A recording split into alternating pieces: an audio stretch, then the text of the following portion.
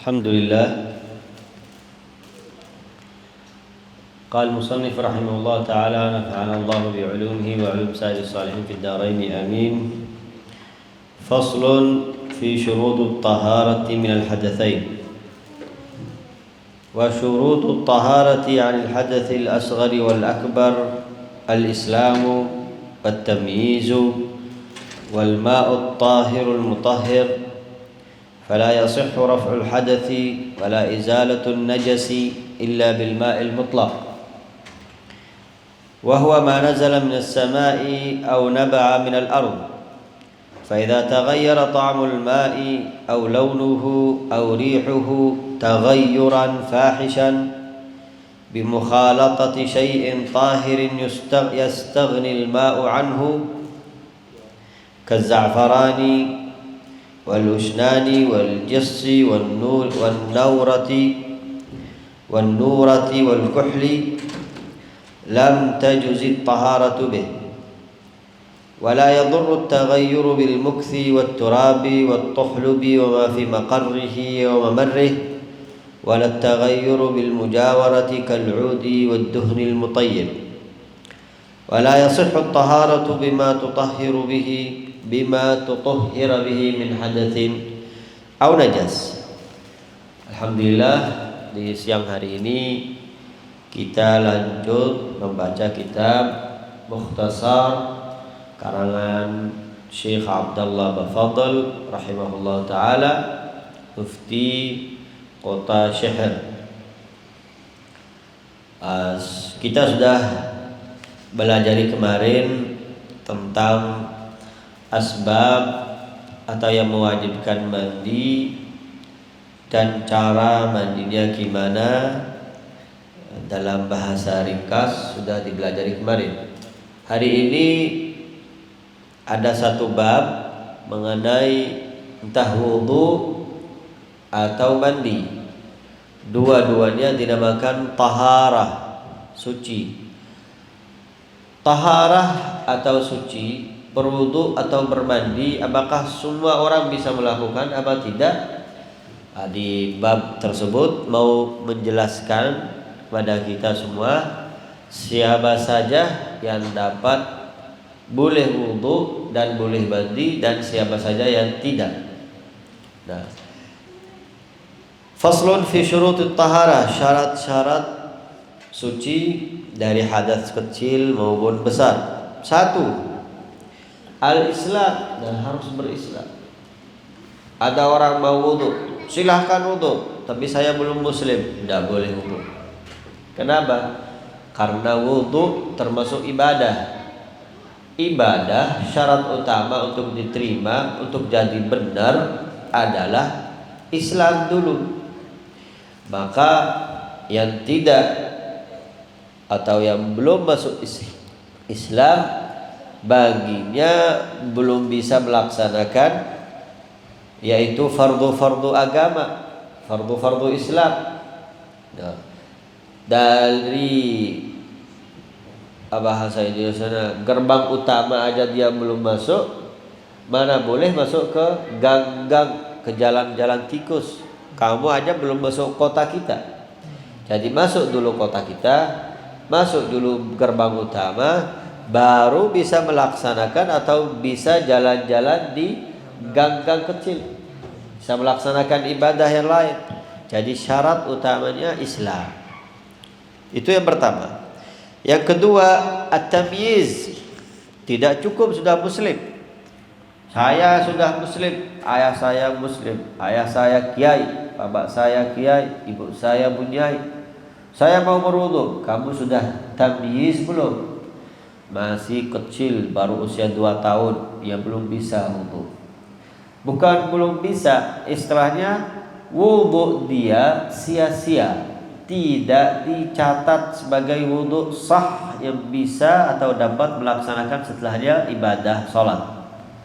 Jadi harus mumayyiz, tidak harus baligh, berusia 15 tahun atau tidak. Nanti kita akan belajari siapa aja yang dinamakan baligh atau mukallaf, siapa aja yang tidak. Tidak harus seperti itu.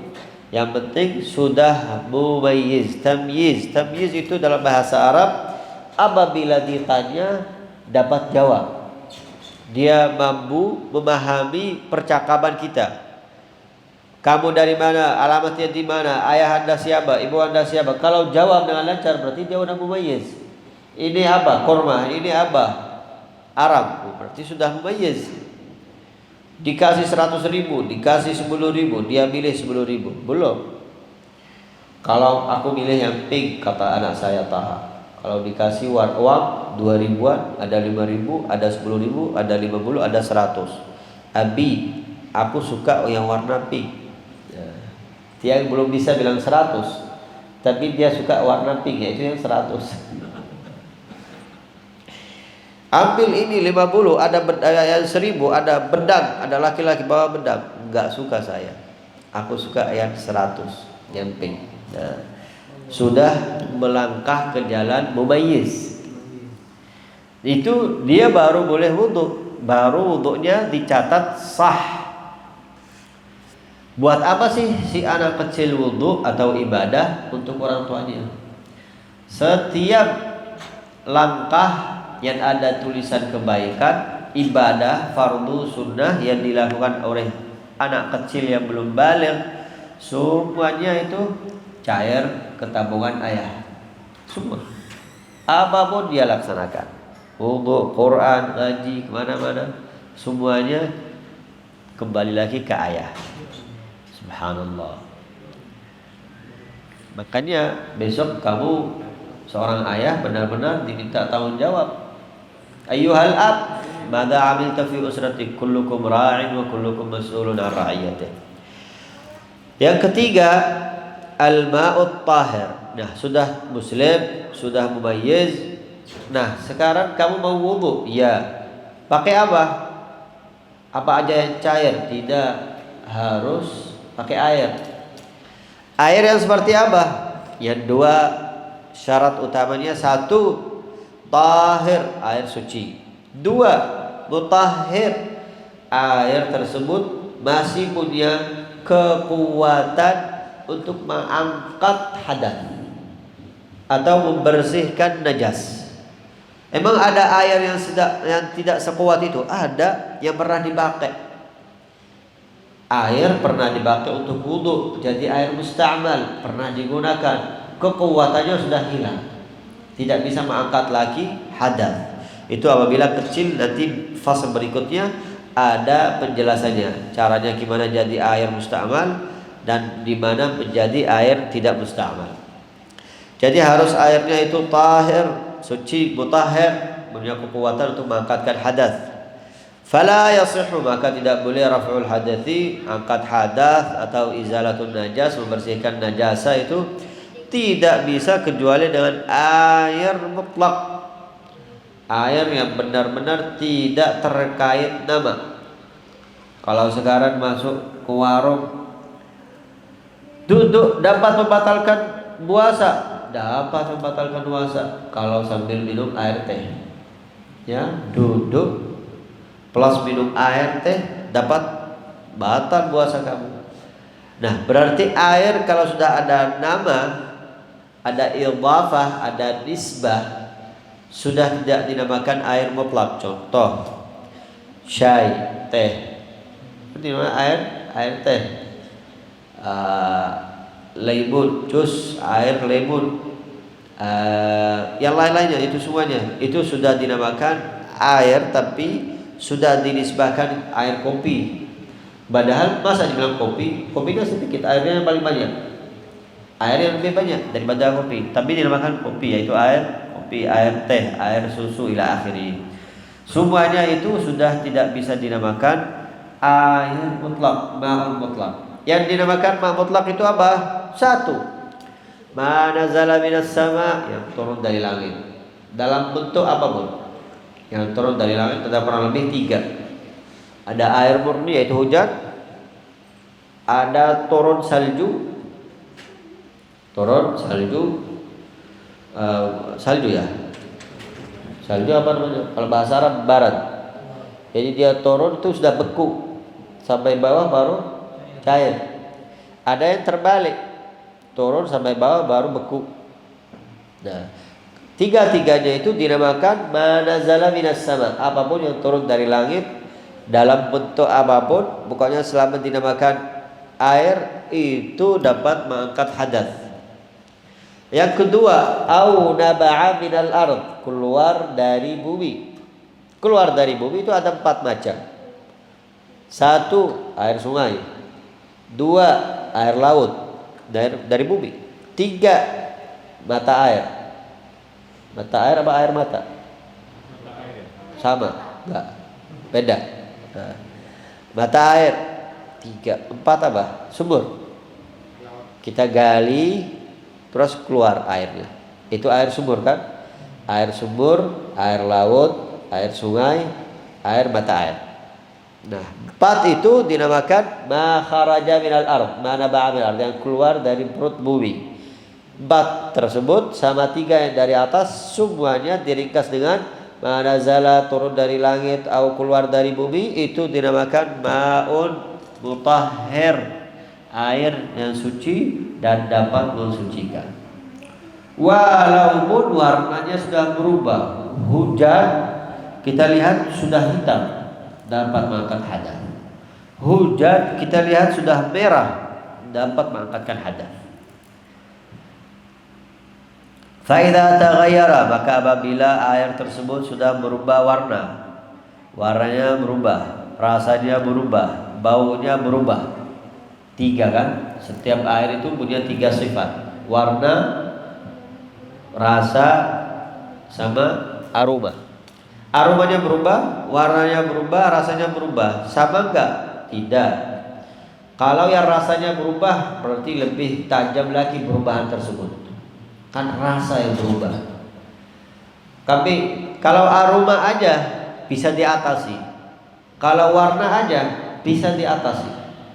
Nanti kita lihat berikutnya. Faqal, apabila perubahan tersebut terlalu parah, fahishan, dengan perubahan tersebut yang tidak bisa dipisah. Kan ada perubahan yang bisa dipisah, ada perubahan yang tidak. Contoh, 1 gelas air saya bawa tinta, saya masuki, masuk kan, jadi warna biru. Bisa dipisah lagi? Gak bisa dipisah lagi. Itu dinamakan mukhalid la yumkin faslu, tercampur dan tidak bisa dipisah lagi. Ada yang tercampur tapi bisa dipisah lagi. Contoh, melalui aroma. Teh dikasih daun mint 1, aromanya daun mint. Dikasih ke kemangi ya, kemangi, aromanya harum, rasanya juga dikeluarin, sudah nggak ada lagi. Berarti campuran tersebut bisa dipisah. Bisa dipisah. Kalau bisa dipisah nanti ada hukumnya. Kalau nggak bisa dipisah nanti ada hukumnya sendiri. Maka apabila air tersebut berubah aroma atau warna atau rasa, dan perubahan tersebut terbentuk dari za'faran, zafran, bahasa Indonesia zafran ya. Itu yang mahal, satu zafran yang dari Iran, biasanya dari Pakistan. Itu bunga yang buat masakan itu, atau buat ada yang buat kesehatan, apanya itu zafran 1 kilo hampir berapa juta itu, 70 lebih ya. Nah, kalau dapat air tersebut tercampur dengan zafran itu kan bahan yang suci, bukan najis. Maka perubahan dengan hal tersebut bisa digunakan lagi apa tidak? Berikutnya jawab. Maka apabila perubahan tersebut diperlukan air atau tidak diperlukan. Kalau airnya memerlukan perubahan tersebut, maka silahkan dipakai lagi airnya. Contoh, kadang-kadang air itu berubah dengan perubahan yang tidak bisa dihindari. Masalah air turun dari gunung, kan melalui bermacam-macam tanah yang ada lumpurnya, ada basirnya, ada ini, semuanya kan merubah warnanya. Warna air kan turun jernih, tahu-tahu sampai ke rumah kita sudah air susu, susu kopi, kopi susu. Kan udah berubah warnanya. Nah, perubahan tersebut diperlukan apa tidak? Kan tidak bisa dihindari. Itu dari tanah sendiri. Apa hukumnya? Hukumnya masih tetap air suci. Karena perubahan tersebut tidak bisa dihindari. Tapi kalau perubahan bisa dihindari, kayak perubahan dengan teh. Sebelumnya bisa air, dikasih teh kan perubahan bisa dihindari. Atau kita ambil sekian daun, kita olak, kita tuang ke ember. Nah, setelah dituang, nah campuran air tadi dengan daun yang sudah diolak-olak itu bisa dihindari nggak? Bisa dihindari. Kita yang datangkan daun ke air, berarti bisa dihindari. Nah, perubahan kalau bisa dihindari dengan perubahan yang tidak bisa dihindari, hukumnya berbeda. Kalau tidak bisa dihindari, tetap airnya hukumnya suci. Kalau bisa dihindari, istilahnya tidak diperlukan dan kita sengaja meletakkan di situ, berarti nanti hukumnya berikut. Ada namanya hukmul ma'il musta'mal bi tahir.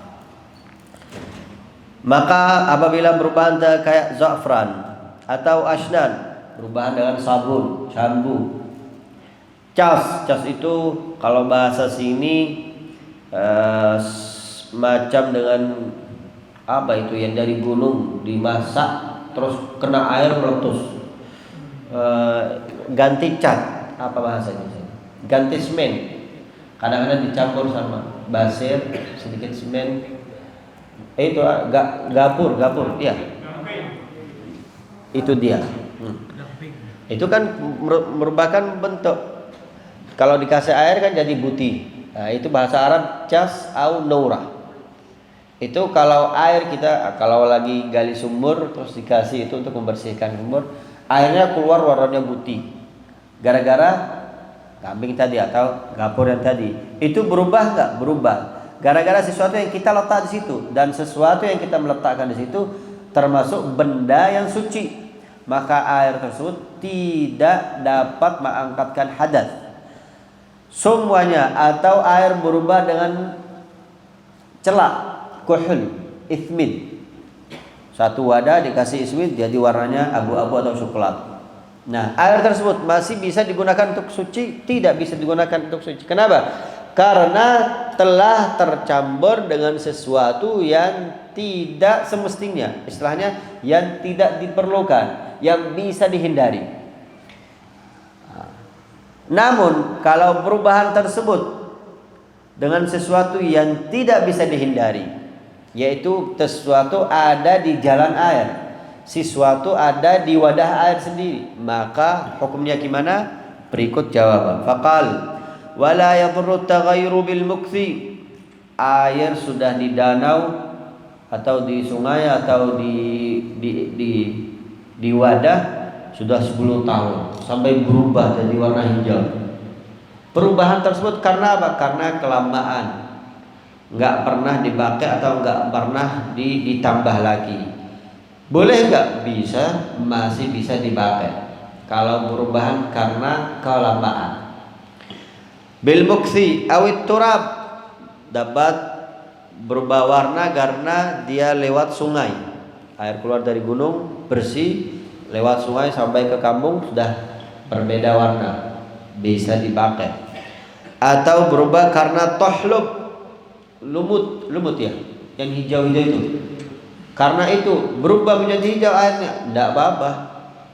Itu kan terbentuk atau terdiri atau tercipta dari air sendiri, tidak masalah.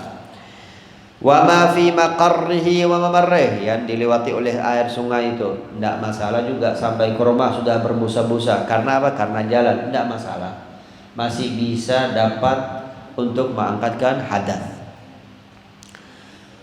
Begitu juga at-taghayyur bil mujawir, kalau perubahan bisa dipisah. Itu semuanya perubahan tidak bisa dipisah lagi yang tadi. Berubah dengan kopi, teh, za'faran, nah itu udah nggak bisa dipisah lagi. Tapi ada perubahan yang bisa dipisah. Contohnya kayak tadi saya, minyak gaharu. Tahu kalian minyak gaharu? Banyak di Kalimantan, kayu yang aroma bisa dibakar. Itu kan aroma. Diletak di dalam air, air berubah warna. berubah aroma. Kalau keluar besok udah normal lagi. Ya kan? Berarti aroma tersebut bisa dipisahkan. Perubahan aroma air itu bisa diatasi, bisa dipisahkan. Maka air tersebut masih bisa dipakai. Kal'udi wad-dun wala yasihhu at-taharatu bima tutahhira bih.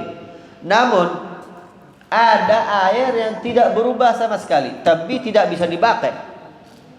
Itu yang dinamakan ma musta'mal. Air pernah dipakai. Contoh, kalau sekarang kita di sini kayaknya nggak bisa dipraktik. Kalau di ember atau di kadang-kadang ada di Pak mandi itu, dalam kamar mandi ada Pak kecil 20 cm kali 40, dalamnya 40. Itu kan kecil. Kalau kita kurang 220 lah 200 liter kurang. Kita wudhu di situ, wudhu selesai. Sekarang air wudhu kita ketika netes kembali ke situ juga. Nah, air tersebut berubah nggak? Nggak berubah warna, nggak berubah aroma, nggak berubah sama sekali. Masih bisa dipakai? Tidak. Menurut Imam Syafi'i tidak bisa dipakai lagi. Karena apalagi mazhab Abu Hanifah, lebih ketat lagi. Abu Hanifah bilang itu sudah najis karena ada bekas dosa kamu. Kan dalam hadisnya ada, barang siapa yang wudhu maka dosa dia waktu dia mencuci muka, dosa yang pernah dia pandang dengan mata akan keluar dengan netesan air yang paling akhir. Setiap tetes air yang keluar dari muka, dia akan menetes dengan membawa dosa. Begitu juga cuci tangan, tetesan terakhir dari tangan dia akan lepas dari tangan kamu dengan membawa dosa kamu yang paling terakhir kamu melakukan dengan tangan. Begitu juga kaki. Berarti semua air hakikatnya itu membawa dosa kamu. Menurut Imam Abu Hanifah sama sekali nggak bisa dipakai. Itu air membawa dosa, masa bisa dipakai lagi? Nah, sampai-sampai beliau dikasih pelihatan sama Allah yang lebih tajam. Dia bisa lihat kalau kamu wudhu di ember, setelah wudhu ada sisa air itu, sisa air wudhumu, dia bisa melihat bentuk dosa kamu ada di air. Masya Allah. Itulah kesucian hati beliau radhiyallahu taala anhu. Kata Rasulullah, ittaqu farasatal mu'min. Mata tajamnya orang iman karena dia melihat dengan keimanan, bukan dengan kedua mata aja.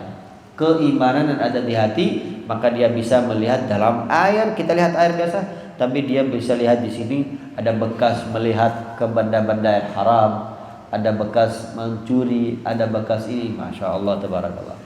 Ulama seperti itu masih ada nggak kira-kira?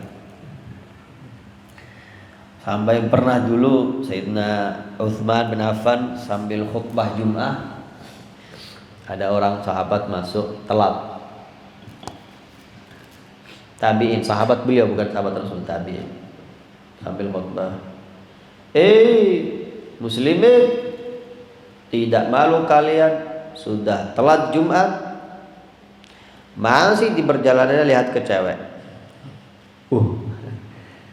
Ittaqu farasatal mu'min.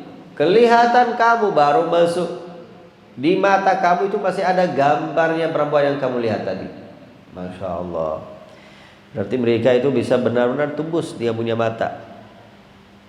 Orang-orang seperti ini sudah sedikit di dunia kita. Maka dunia kita kacau.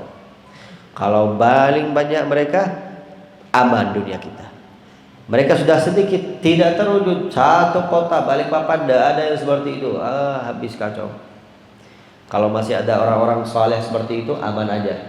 Aman aja. Innallaha ahyanan yuridu an yakhsifa biqaum fayanzur ila ibadihi salihin fayafu anhum. Kadang-kadang hendak Allah itu kota tenggelamin aja Jibril. Tapi di situ ada fulan yang saleh, ya udah hindari aja, enggak usah. Ditunda-tunda murka Allah kepada satu kaum karena di situ ada hamba Allah yang masih saleh. Ya Allah, perbanyaklah orang-orang saleh di antara kita. Jadi air yang sudah dipakai untuk mengangkatkan hadas atau menghilangkan atau mensucikan najas, di sini ada najis darah, kita cuci, air sisanya itu sudah nggak bisa dipakai lagi selama dia di bawah 2 qullah. Dua qula itu apa? Tiga qula itu apa? Berikut pelajarannya. Tanbihun. Lau adkhala al-mutawaddi'u yadahu ba'da ghasli wajhihi jami'ahu marratan awil junubu ba'da niyati fi ma'in duna al-qullataini faghtarafa wa nawal ightiraf lam yadur wa in lam yanul ightiraf sar al-baqi musta'malan. Peringatan, hati-hati. Ini sering dilakukan oleh banyak kaum muslimin. Dia mau wudu dari kolam kecil atau dari ember, atau mau mandi dari ember, lagi dingin-dingin, dia dimasakin sama istrinya air untuk mandi. Mas, silahkan mandi mas, airnya sudah siap di ember. Mau mandi gimana? Pakai biasanya apa?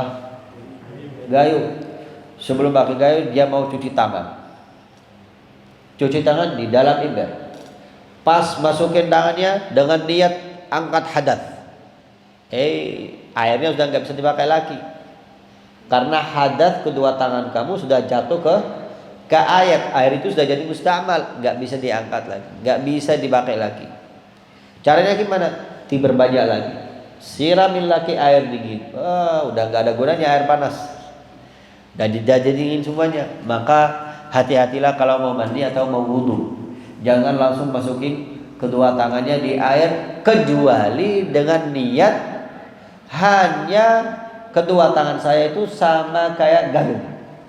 Saya anggap tangan saya dengan gayung sama aja. Berarti saya hanya mau ambil air. Bahasa Arab niyatul ightiraf, mengambil air tok. Bukan mensucikan hadas. Mengangkatkan hadas atau mensucikan badan. Kalau dengan niat tersebut, maka sisa air menjadi musta'mal. Kalau kayak tadi, contoh ya, ada di sini wadah. Saya mau wudu. Saya ambil air, cuci kedua tangan saya. Kan ini sunnah. Walaupun saya cuci sini tidak masalah, karena tidak mengangkatkan hadas. Kan sunnah aja. Tapi kalau mau ambil air buat cuci muka, ambil air, cuci muka. Di sini masih juga belum dinamakan angkat hadas. Karena tadi jelas, murni jelas bahwa kedua tangan saya hanya dipakai untuk mengangkat air aja.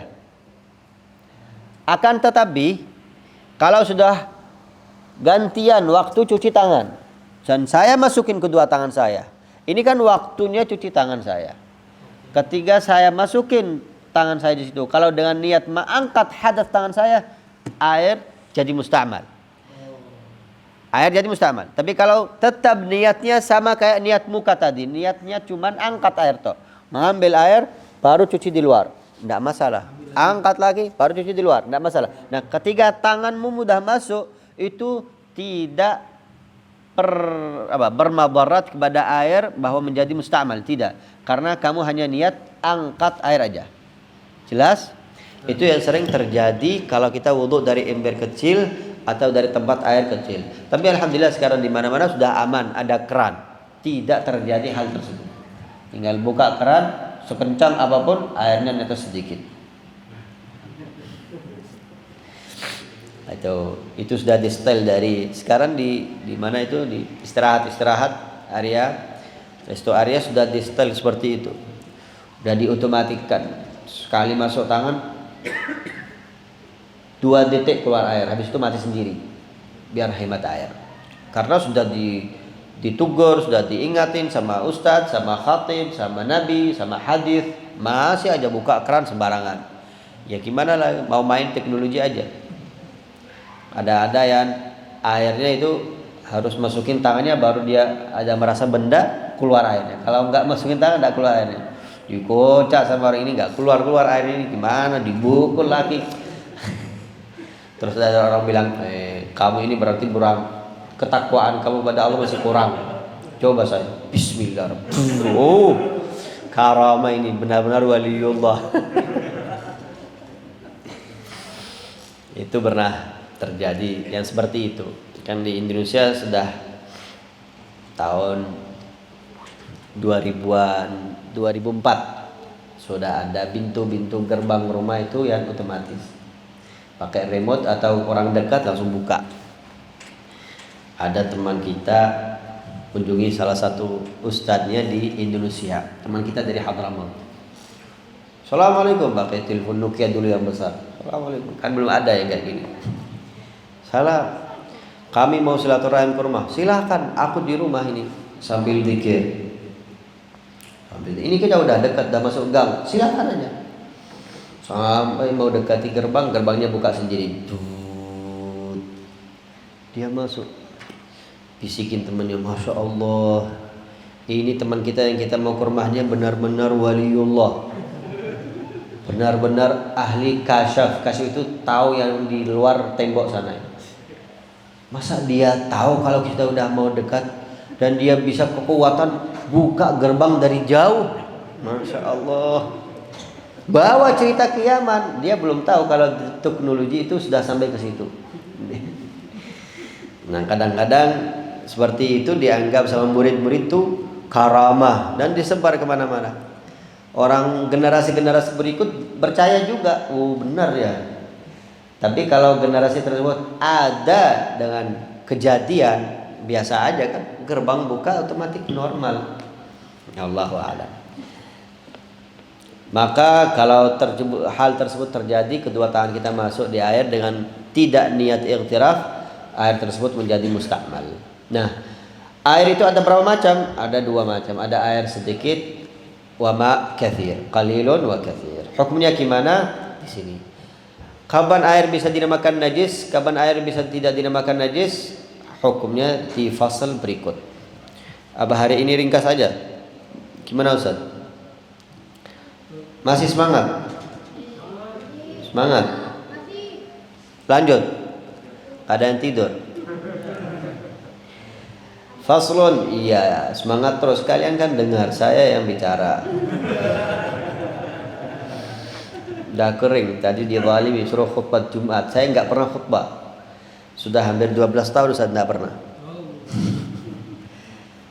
Pernah, astagfirullahaladzim, sekali pas masuk Indonesia. Dapat 6 bulan masuk Indonesia khutbah. Ini mungkin yang ketiga selama 12 tahun. Kalau dulu Yaman sering setiap Jumat. Karena kan dengan pakai bahasa Arab jadi enak gitu loh ceramahnya. Kalau pakai bahasa Indonesia juga mau diterjemah lagi rasanya udah hilang. Benar, kita semangat naik mimbar terjemahin lemes.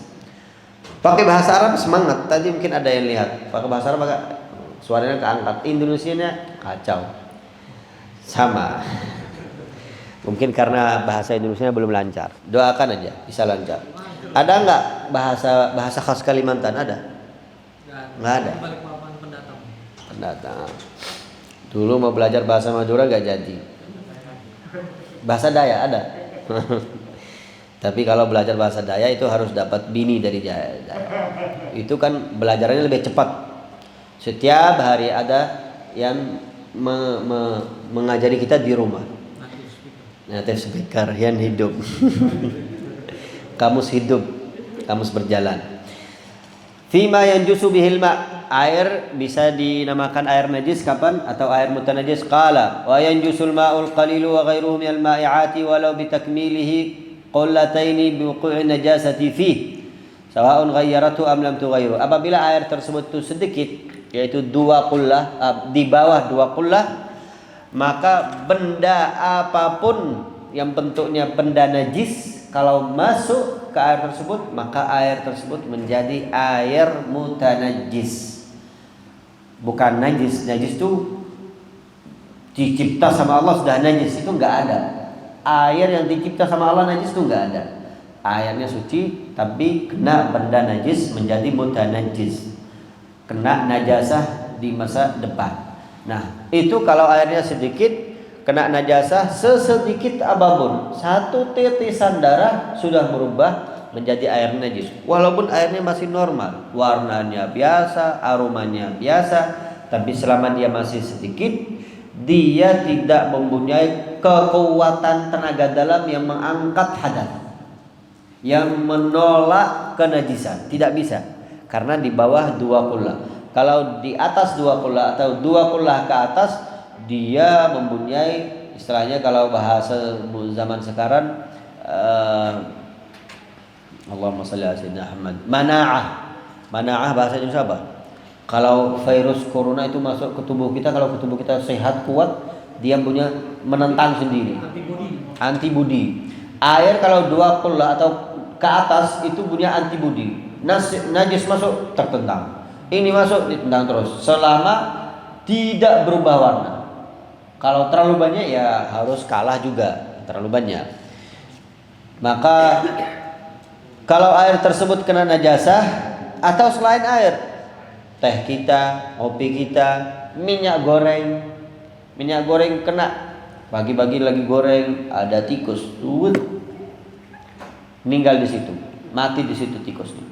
Tikus kalau mati di air berarti air menjadi air yang kena najas, yaitu benda yang mati, maka air tersebut jadi najis. Begitu juga minyak goreng, kecuali minyak itu masih dalam bentuk kental, kayak mentega, dia masih belum cair. Kalau tikusnya masuk kan bisa diambil tikus dan sekitarnya aja, lingkuannya, yang lain tidak kena karena bentuknya keras, bentuknya kental, apa bahasa Indonesia? Badan, jamid kalau bahasa Arab, jamid kalau bahasa Indonesia apa sih? Kan ada cair itu encer, minyak goreng. Kalau masih kayak mentega,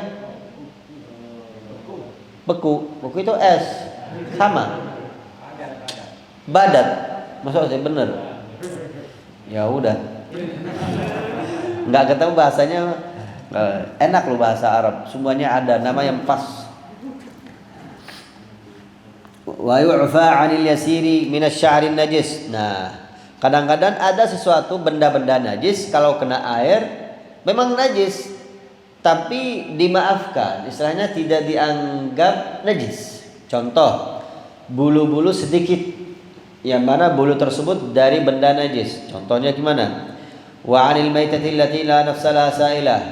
Ada hewan udah mati, kan bulunya ikut najis. Tapi bulu tersebut terbang atau dibawa angin ke air yang mengalir. Nah, itu kan kena benda najis. Apakah ikut najis? Tidak. Ma'fi anhu. Karena itu bulunya sedikit. Tapi kalau bulunya terlalu banyak, itu baru bisa dihitung kena najasa, nggak bisa dipakai lagi. Atau maitah la sa'ilalah, benda-benda yang mati dalam air dan benda tersebut apabila dibunuh, bukan benda, hewan apabila dibunuh tidak keluar darah menetes, tidak mengalir darahnya. Contoh, semut, nyamuk kalau belum minum banyak, kalau masih kurus, masih puasa. Kalau udah buka puasa enggak.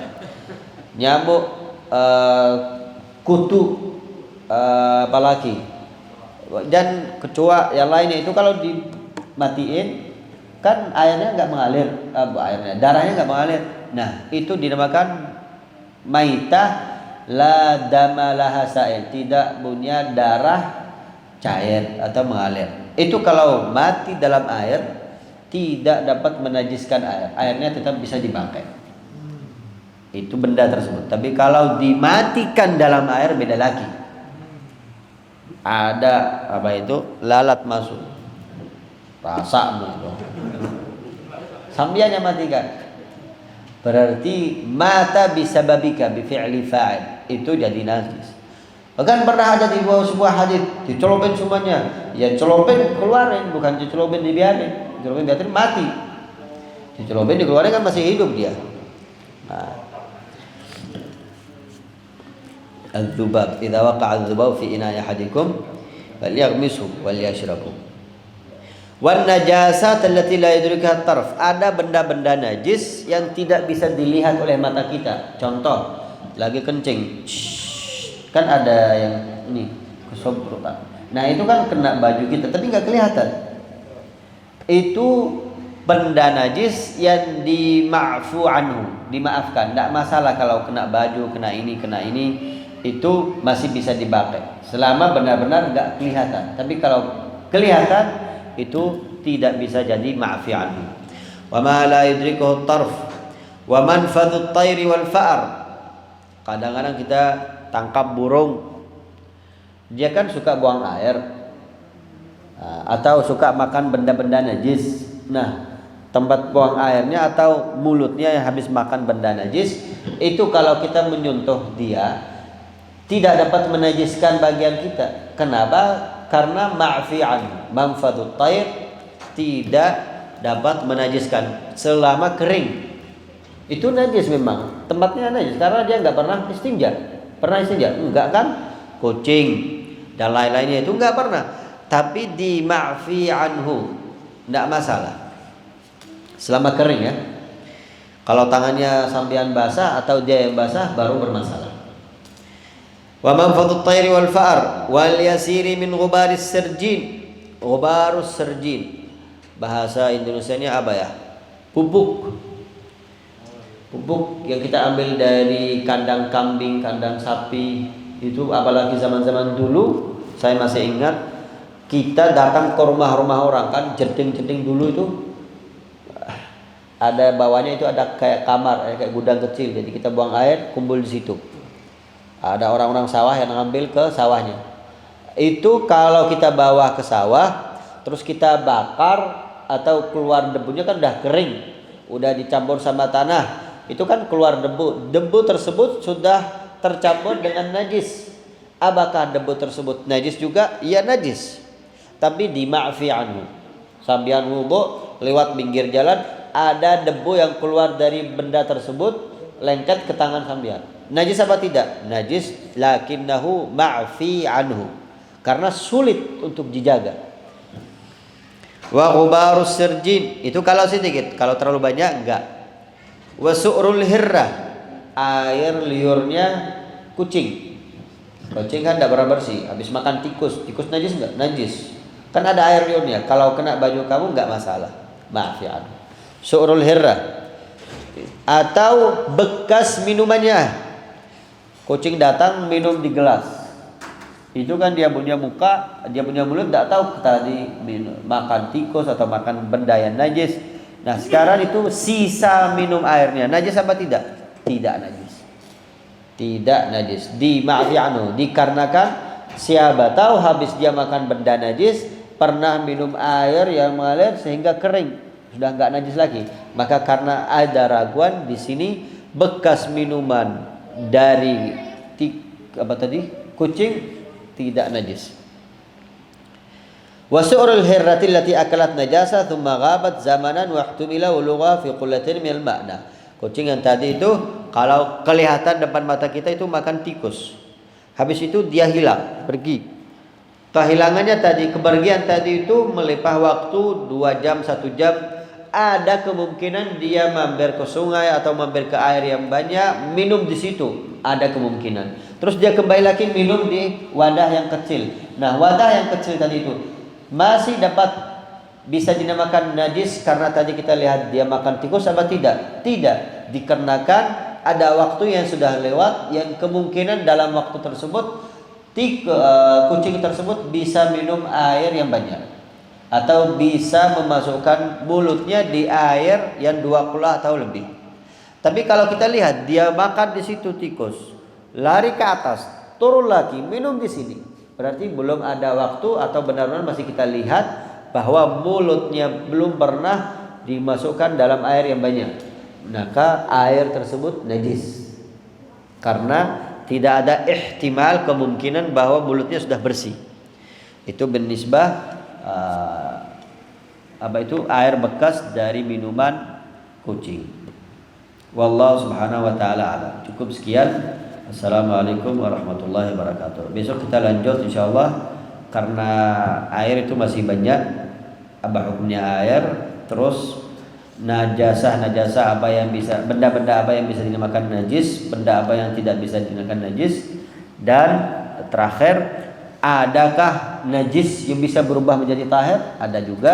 Berikut insyaallah besok belajarannya kita akan belajar di semuanya. Kurang lebihnya mohon maaf. Assalamualaikum warahmatullahi wabarakatuh. Waalaikumsalam.